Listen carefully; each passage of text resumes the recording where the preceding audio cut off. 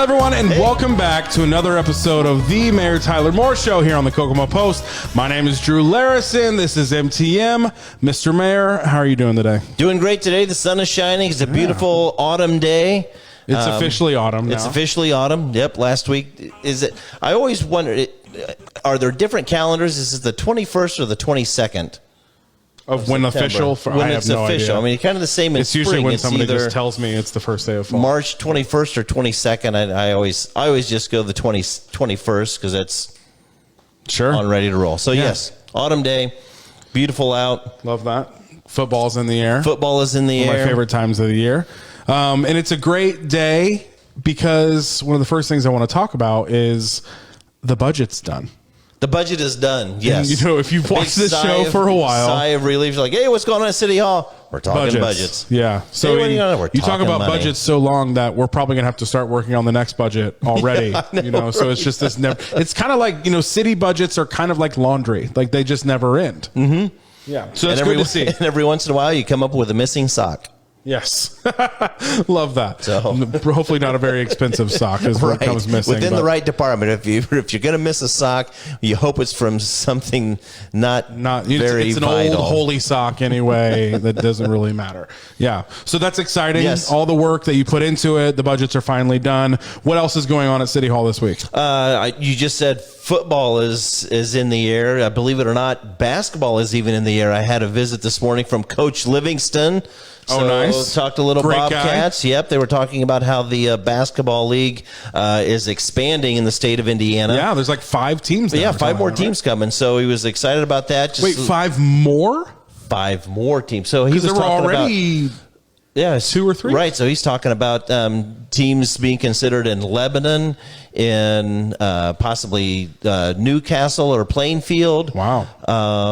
Where else did he say? Was there already one in Terre Haute, or did he South mention Bend? Terre Haute? I think there was one up north. So yeah, I mean, there's talk. I mean, the excitement and attention that the Kokomo Bobcats brought to the basketball league in the greater Midwest. Yeah, centered right here in Kokomo, Indiana, has brought some heightened interest by some previous players. I mean, one was a former teammate of his from the Pistons. So yeah, there's all kinds of interest. So love that. It'll be nice for them, as he even mentioned, to be able to have competition within a closer drive than needing to fly to California or something. So. It's expensive to even drive, find a bus. And I think they have a new solution for transportation, but it's a lot easier to drive up to Michigan than it is to fly to California with those guys. And honestly, I mean, you probably know this, they're large guys. They're, basketball players. So finding a bus that can fit all of them is not an easy task. But that's cool to see. I'm excited. We're going to be doing the Bobcast with them for the upcoming season. Absolutely. So that's really exciting. That's a show Coach Cliff and I do. Bring on different players, talk about what the games, everything that's going on. So that's really exciting to see too. Anything else going on? No, just trying to get some more road projects done before the asphalt plant closes this November. So everybody cross your fingers and pray that Mother Nature cooperates and we're able to have some good days to allow E&B as well as our street department to knock some things out. Sure. Yeah. So you and I got to hang out a little bit yesterday. And if you didn't see this, you got to go to our Facebook page and check it out. So we have an ad product here at the Kokomo Post. We have some great Kokomo Post partners. And one of them is Dr. Ashburn's Pepper Emporium here on the south side of Kokomo, right by Grindstone Charlie's, owned by Fred Shorm and his wife, Amy. Really cool place, but we do a live tries is what we call that. We do that with them weekly, and we go in and then I'm in a lot of the videos and I try some extremely hot sauces, as well as he's got a bunch of other stuff too. But you joined me yesterday in the live tries, and just by default, because he said he didn't do it on purpose. I mean, he took it easy on me, on us.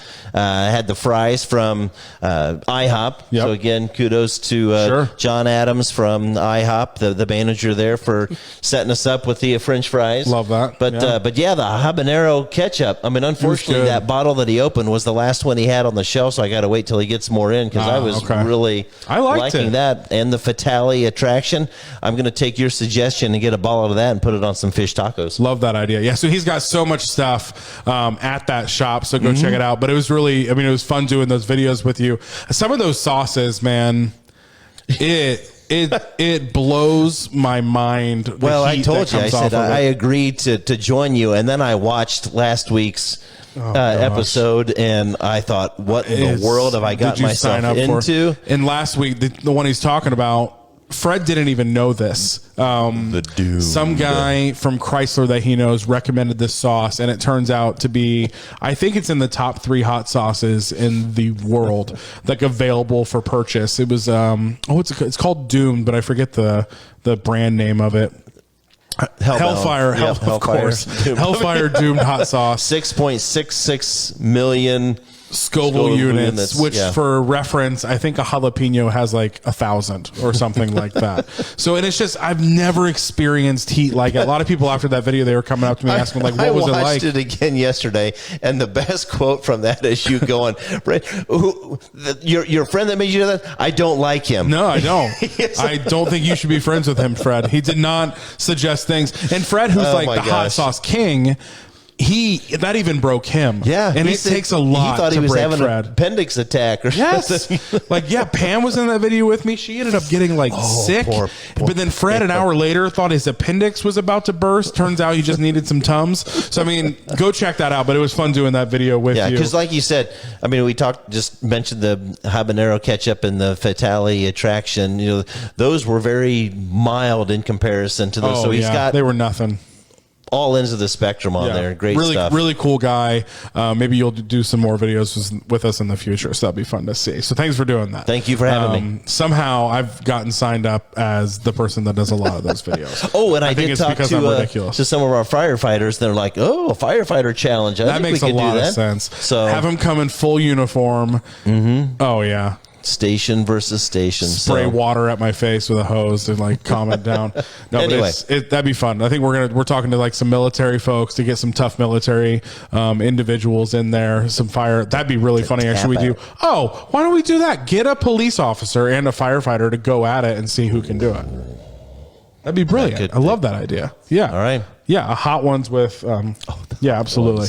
All right, so another thing I want to talk about, there is a specific flag being waved all over the city, and by all over the city, I mean it's at a house, that is, one word could say explicit.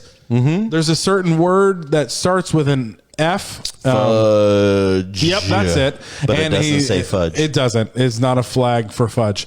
You definitely know what we're talking about now. And then it also says the last name of our current president. And so this is being, I think Kingston and Sycamore, I think is what you said. Yes. So this is being flown. And it's just an interesting thing to me. So we were talking about it in the office a little bit. The city is obviously trying to get this removed because why wouldn't you? But there's obviously some pushback. It sounds like the guy is starting a lawsuit with the city on saying it's my freedom of speech. First Amendment rights, correct. Is that correct? Or is this kind of like you can't say bomb on an airplane because it's very public? Or how's it work? And there's case law all over the country that supports First Amendment rights. And the gentleman's contention, too, is that by asking him to take that down prevents him from being engaged in the political discussion or the political discussion over the vaccination mandate and such. And so, I mean, I can understand if it says, fudge vaccinations, but when it's specifically against the president, it's unfortunate. And really, yes, First Amendment rights, but part of the issue is because it does face the Cyberling and Elliott House, and there are a very lot of popular area tourist attraction, and there are events there and such, and thousands of cars drive by that and such. I mean, so that was the concern, and obviously the neighbors as well. Yes, we had initially had the Planning Commission send a letter requesting that he take it down. Then the Code Enforcement Division received a number of complaints, and they themselves sent him the letter, which prompted, I believe, his suits, because in there not only did it reference the ordinance, but then say that he could be fined up to anywhere from $100 to $1,000 per day, which is the language of the ordinance. Sure. So right now, the legals are looking into that. So that's where we stand, and right now both sides, if you will, or all, not both sides, because there are other parties to the suit, have all agreed to a stay, which, again, either fortunately or unfortunately, allows the banner to be continue to be displayed until a decision is made. Yeah, until the court rules otherwise. So let me clarify something too. What the biggest issue here is the use of the word fudge. In this situation. Yes. It has nothing to do with it's, bad talking the president or speaking down on a president. Right. It's that use of the word that is obviously right. I think it's top of the list. Is offensive to. I mean, the ones that that initiated the conversation or tried to initiate the conversation with him and then contacted us were the neighbors. I mean, there are those that are out working in their yard, and that first word is offensive to them. Yeah. And so that's why we decided then to act on behalf of the citizens who feel that is a nuisance. Sure. How do you see that ending up? Any ideas? No idea. I mean, again, with the case law that's out, I mean, it's so tough. The First Amendment thing, freedom of speech, and so what is okay, what isn't, and honestly, like what should be okay and what shouldn't, because the last thing that's a tough thing about freedom in general, right? Yep. Obviously everybody wants freedom, but at the same time, if it's affecting other people, is that when it matters? Right. Which honestly is very much the example of why I think it's a federal crime to yell like bomb on an airplane or fire in a theater or something like that. There's those examples, because it affects the other people as well. Right. So when you have your freedoms, when they start affecting other people, that's where it's that gray area. Right. So who decides on that? You're saying like the courts? Well, I mean, the attorneys may come to some type of settlement or agreement, or so it's the city attorney and the personal attorney of the city attorney, county attorney, and then this gentleman's attorney. Gotcha. Yeah, but it has been sent to the regional federal judge, and so he's now hearing or looking into it at this point. So, I mean, could this go all the way up to like the state Supreme Court?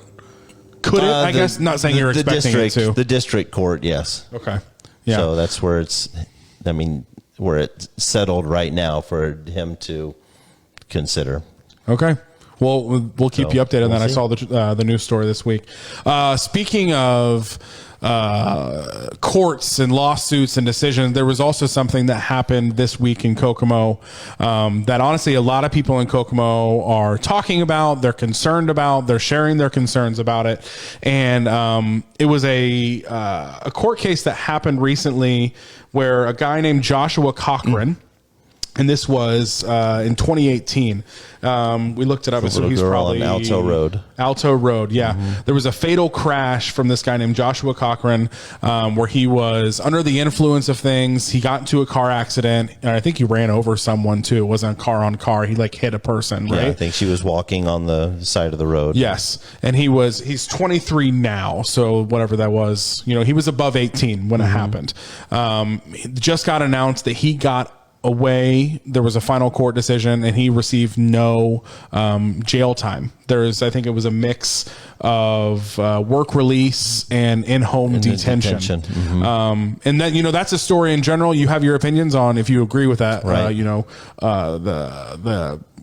How he was treated and what he got. But really what people are talking about is the comparison between that case and another case that happened back in 2015 with a woman of color named Sharday Avery, who was 22 at the time. Very similar situation. She was under the influence of marijuana. It says she had smoked a blunt before she got in the car, and she actually, very similar thing, hit somebody, fatal car crash.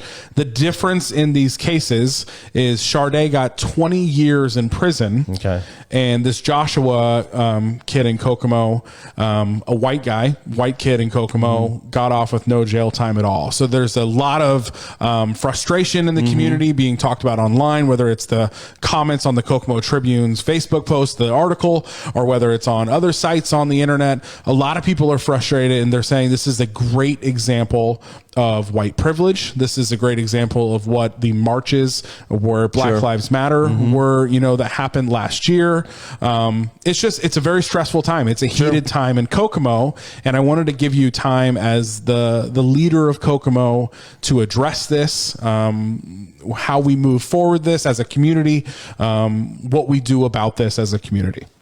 Well, I mean, it's unfortunate that there's those similarities in the case, but dissimilarities, if that's the proper word, in the outcomes. I don't know enough about the details. I mean, really of both. I mean, what they had, what he had agreed to, and I want to make this clear too. Like, your office wasn't and this was a county decision. Right, yeah. I mean, I want to make that clear too. Yeah, this was a county decision. It falls in the courts. Yes, I mean, not necessarily county government, but in the courts. But I guess not knowing more specifics of the case back in 2015, if there were other circumstances, if she had additional, charges that had stemmed from something, past offenses or whatever, that there wasn't as much leniency. I haven't done enough of my homework, but that, I mean, doesn't mean that it's justified or anything. But I mean, to speak to your question, how do we move forward from this, or how does the community collectively respond? How do we respond from our office? I mean, it's a continuation of the conversation. I mean, there's been, like you said, the marches and the discussions, the peace rallies and such that occurred last year during the pandemic, that have kind of not necessarily fizzled out, but you don't see or hear much about it. I mean, it's a way to bring that conversation back to the table, to say, hey, how does this make everybody feel, and how do we then make sure that we don't allow that to cloud any of the additional progress that we've made as a community. I mean, I think we've been very blessed with the religious leadership in the community that prevented a lot of last year's anxiousness, excitement, frustration, anger, whatever, to accelerate to the point that it had in other communities. And so, I mean, I think cool heads will prevail here as well, that hopefully then this will again rekindle some of that ongoing discussion that we need to have to look at law enforcement and rulings within the court. I mean, fortunately, I think a lot of what Chief Stout has done, as well as Sheriff Asher, in law enforcement wise, the use of force has dropped dramatically in reports in the past. I mean, the amount of violence is being addressed intentionally and proactively, as opposed to reactively and stuff, and in a manner that's respectful. So I think this just fits into that ongoing discussion. And that's interesting too. Doesn't need to go away. We talked a lot of the marches that happened. That was, you're right, mainly around the idea of actions of police officers or sheriff deputies. This one's a little different, right? So I don't think someone's claiming that the police on the streets on these 2 days acted differently. This is in the court system, so this is a different level of, that white privilege conversation or the Black Lives Matter conversation, which is really interesting, because you're right. I think in the last 2 or 3 years, the main focus has been on that police officer making calls in that moment, or that sheriff's deputy, making calls in that moment. This is a deeper level, where they might have been arrested, but this is something that's happening in the courts. And I did just look up briefly in the Kokomo Tribune article for Sharday. Oh, good. There were no other prior Yeah. So warrants or anything like that. So they are, to my eye, and I'm not I don't work in a court or things like that. These were very, very similar situations with honestly very, very different outcomes. So, I mean, I can understand the frustration of people out there. Yeah. You bet. Okay. Gotcha. So yeah, I wanted to talk about that today. So let's move on to the Ask the Mayor segment. We've got some questions this week to ask. And the first one is from Austin on Facebook. Any future or current projects being worked on? No. Probably nothing. Honestly, when I wrote that down there, I'm like, nope, they're all just leaning back in City Hall. Budgets are done. Budgets are done. We set aside the money. Now we got nothing else to do. It's good to see. No, good. Always a good question, Austin, because everybody asks, what's in the makings, what we're doing. Again, as I mentioned, road projects. I mean, there's a lot of things, and I talked about this. I had the opportunity to speak to Leadership Kokomo class a couple days ago. Yeah, and actually, yesterday. It was yesterday because I saw a comment on our live tries. Like, that's where he went after Leadership Kokomo. That's what it was. Yeah, I poked my head. I'm like, I'm out of here. Some of the challenges that you come in and everybody says, you talked about this in campaign, or what's your vision? What have you got in store? What can we see? Some of the challenges is that because a lot of the projects, whether it's developments, like the Hotel Conference Center, Industrial Park, which we're getting close to both coming to fruition, really soon. So excited about that. But like I mentioned, road projects, infrastructure and such, because things go from application, because we pull from different buckets of funding that sometimes involves state or federal funding. There's the application process, and there's the design, then there's the award, and then there's the bid. And so some things that say, hey, we're going to do this, like Center Road, that reconstruction of that in the path, because there's some strings attached to one of the easements, it may push a proposed project out for a year and a half or 2 years. So some of the things that we did last year and even spilled into this year were things like, hey, we had these going on, in process. Do you want to pull the trigger on them or go a different way? And it's like, hey, if it's stuff that needs to be done, let's do this. So, so that's that was the thing as well. When you were your first year in office, a lot of projects and initiatives that Mayor Goodnight had were finished. The same type of thing. Yeah, continuing on of those. So we're still moving ahead. Some of the trail amenities that we're talking about are happening. We're working closely or better at the table again with the Kokomo Soccer Club. So the Wildcats Soccer Complex is going to see some activity hopefully next spring.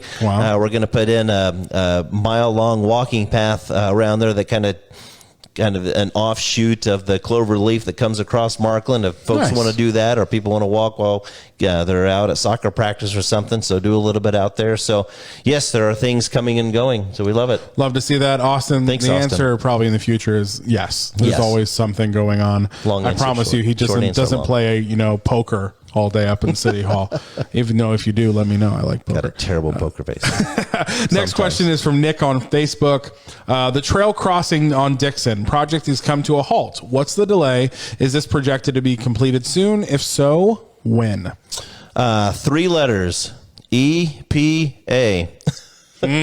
So we started clearing that area out, and obviously had some design work being done for the bridge. And because of a lot of the history on the east bank of the rail line with the backside of Haynes, and then what used to be the city dump on the west bank of that rail line, EPA came in and saw that we were clearing out through there and said, you know what, let's do some more poking around to make sure you guys aren't going to disturb anything that's going to ruffle any feathers or give any fish third eye or something like that. So we got going. We were excited, moving ahead, getting ready to get the work done on the bridge. And the EPA said, why don't you hold off a little bit so we can poke around and probe a little more. Gotcha.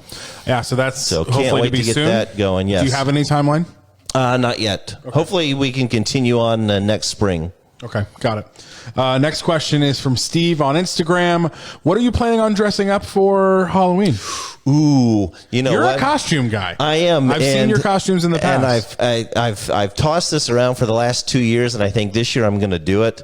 I'm a big Svengoolie fan, and I've always wanted to put together a Svengoolie costume, so I may do that now. I don't know what that is. You don't know who Svengoolie is? Oh, I mean. Do I have to Google this? You might have to Google it. Sven Sven, Svengoogie. He's a late night horror movie host. Wait, is this the guy that came to Kokomo every now and then? It was a different guy. You're thinking of Sammy Terry. Yes, yeah, he's at Kokomo Toys. Yes. No, that's Michael. Please put in a picture of this guy. If I can pull it off. I mean, you probably can't see it. Almost every Saturday night, man. You to this day you watch him? I do. Wow. What channel is he on? The Me TV. Svengoolie. I think is he? I don't know. One of those Me TV or yeah, it's Me TV. Yeah. Yep. Saturdays at 8 p.m. Yep. So what is he? I'll bring rubber chickens and everything. Oh my gosh! I love that. Because your wife likes my dad jokes. A lot of the sick, not so funny dad type of humor. It's all that. It's all him. I love that. Svengoolie. What a name, by the way. Love that. Svengoolie. Yeah, I don't know. I think there's so many ideas going around the Larison house right now of what we want to be. Oh, I've heard from Toy Story characters. I was going to say that's Wizard of Oz characters. What I missed too when our kids were little. It was like, family costumes. If there's the family, and it didn't always happen because they all wanted their own thing. But how fun! I mean, group costuming is fun. It's interesting. I usually don't dress up because I'm usually the one that stays behind and hands out the candy. So like Aaron and the kids will go out and do the trick-or-treating, and I hand out. We've talked about this because I turn into such a curmudgeon on Halloween because I get mad at kids that take more candy than they should. Mm-hmm. So I don't know. Wizard of Oz, is that where we're at now? So I mean, I was told I'm going to be. What was I? Are you going to be the wizard? No. Jude wanted to be the Tin Man. The lion? I think Ellie was going to be the Scarecrow. lion. Oh, I was going to be Scarecrow. For some reason, Scarecrow. If I only Is Scarecrow had the a one without a brain? Yes. Maybe that's scary that my kid's suggesting that I'm going to be the Scarecrow. Saw the last Dr. Ashburn Pepper thing. Like, I'm Dad, burning what my were brain you away. not thinking Ironically at all? enough, fun Drew Larison fact, I was in a play in 6th grade where I actually played the wizard. Well, there you go. They named the entire play after me. It was kind of a big deal. It was called The Wizard of Oz, and I was the Wizard of Oz. So I mean, it was the entire play. I got the lead, and they named the play after. Well, there you go. In that order, by the way, they changed the name of the play, so I was the most important one. No, I don't know. So we'll see. The kids they keep switching back fun. and forth what they want to be. I like the Toy Story idea, but like I said, I don't know if I'm going to dress up at all. I'm coming by your house for candy. Do it. And like our neighborhood is just nuts. And if you take more than one, I swear to God. All right, next question. I'll come by twice. Twice. There are kids that do that too. You've been here before. They come around at the end of the night and try to do lap number 2. Turn the hat backwards. I'm still a college student. I get so mad. A college student, really put some thought into it. Man, serious. I'm a guy in jeans. Cool. Next question up is from Aaron on Facebook. What do I do if my trash is not picked up? Call me. Call his cell phone number. We'll put it in the lower thirds. If your trash is not picked up, it could be a number of reasons. The guys have done a great job trying to stay consistent on the routes, but sometimes there's hiccups that they may come a little later, or somebody. Sure. I mean, the way they zip. I mean, the few times I've ridden with them, the way they zip back and forth, it's easy occasionally for them to skip a street thinking they've already been down. It may be something too that if there's stuff sticking out of the trash can and they recognize that it's probably something that shouldn't go into the trash can, they may not pick it up. They discriminate. Or they're ahead of schedule and they come by and have already been by before somebody gets up in wheels that are towed out to the street. So that's occasionally happens. But hey, they're really good about coming back by. Call my office 456-7444, or even the refuse and maintenance department. I can't think the number offhand. Look it up. It's on Google. But yeah, it's online. I mean, either one, give them the address, and we'll get one of the rear loaders out there to come and grab it. So did I hear you correctly? you've gone on a trash pickup day before. Tell me what that was like. It would talk about eye-opening. Holy cow. Nose opening. Nose opening too. Yeah. Just the way they're able to navigate, and the totes that are down the alleys, forget it, man. I don't know how these guys thread the needle down some of these alleys to pick those up. But also, and it's something that I'm still looking into to find a way that we can do it, because we get charged tonnage per ton for trash. So when we went out to dump the first load, we head out to the service provider, get on the scale, so they weigh the truck as you go in. So then we go out and we pull into one area, and he said, "Hey, Mary, you're gonna have to step back. I got to get rid of the trash juice." And I'm, "What trash juice?" He opens this hatch, and all this water rushes out. So when it compacts it gets all this water out. And so I'm like, "Whoa!" Like that, holy cow! And then they go and dump. Because they don't want to pay for the water. And then we weigh the truck on the way back, and you get charged. And I'm thinking, that's brilliant. How much trash juice did we dump? And he goes, "Oh, probably a ton's worth." I said, "So we're paying for water that doesn't need to be in there." So if there's a way, and I get, my kids, do this all the time. You're throwing, the McDonald's cups away or something that's still got the ice in it there, or people don't close the lids, or there's a storm comes and blows the lids, and so the rainwater gets down inside there. We're collecting that rainwater that's in there and paying for it. So if there's a way to squeeze before you measure, get holes down in the bottom of the totes that kind of drains some of that out before we do, or we find a place that we can stop and dump the trash juice before we go weigh the trash. That's what we're looking into. So it was eye-opening. Trash juice. Erin is saying she would like to do that. Go on a trash. All right, a trash ride along. We could probably make that happen. Okay. Yeah, that's good. That's a great idea. Next question is from Pam on Facebook. Is there any update on the new restaurant downtown on Sycamore? And I believe she's talking about, I think it's called Cooper's Pub. I think so, yeah. We're anxiously waiting for them to continue to do the remodeling inside that they need to and open. Jenny Jordan, I think, had been in contact with them, but we're... Yeah, give us the tea. We're because it's taken a while. I feel like that article came out months ago or something like that. So not quite sure what the holdup is. Don't know if it's COVID related. Don't know if building materials for the reconstruction. No way of the price of those went up. Yeah. But I will get information and give an update at the next. All right, podcast. Sounds good. This is why we need to have Jenny Jordan on the podcast. This is why she needs. She refuses. Jordan? She hardcore refuses to come on this show. Refuses anything. Yeah, but we'll have to have her on. All right, so that was the Ask the Mayor segment. Okay. Well, you're her boss. Just force her to come on the show. I can't. I've tried that. Yeah. So that was the Ask the Mayor segment. Thank you for sending in those questions this week. Like I said, all the time, if you have any questions, just leave them in a comment of this video. And if it's a great question, we'll put it on the show. I think we also put out something every Monday where we film these episodes, and it's asking for questions. You heard them, and from little things to larger things. This guy loves answering your questions and interacting with you guys and trying to get you as much information from the big building downtown as much as possible. Building. Yeah, that's what I refer to. Not the biggest, but the big. Is, yeah. Awesome. So next segment is movies with the mayor. This guy's a big movie buff, so we do this every week too. The Village. What a movie. The Village? Or no, not The Village. We watched The Happening. The Happening. Did I watch the wrong movie? No, okay. The Happening. You're right. The Village was before. Yes. We already did The Village. The Happening, which same director, so similar. What did you think?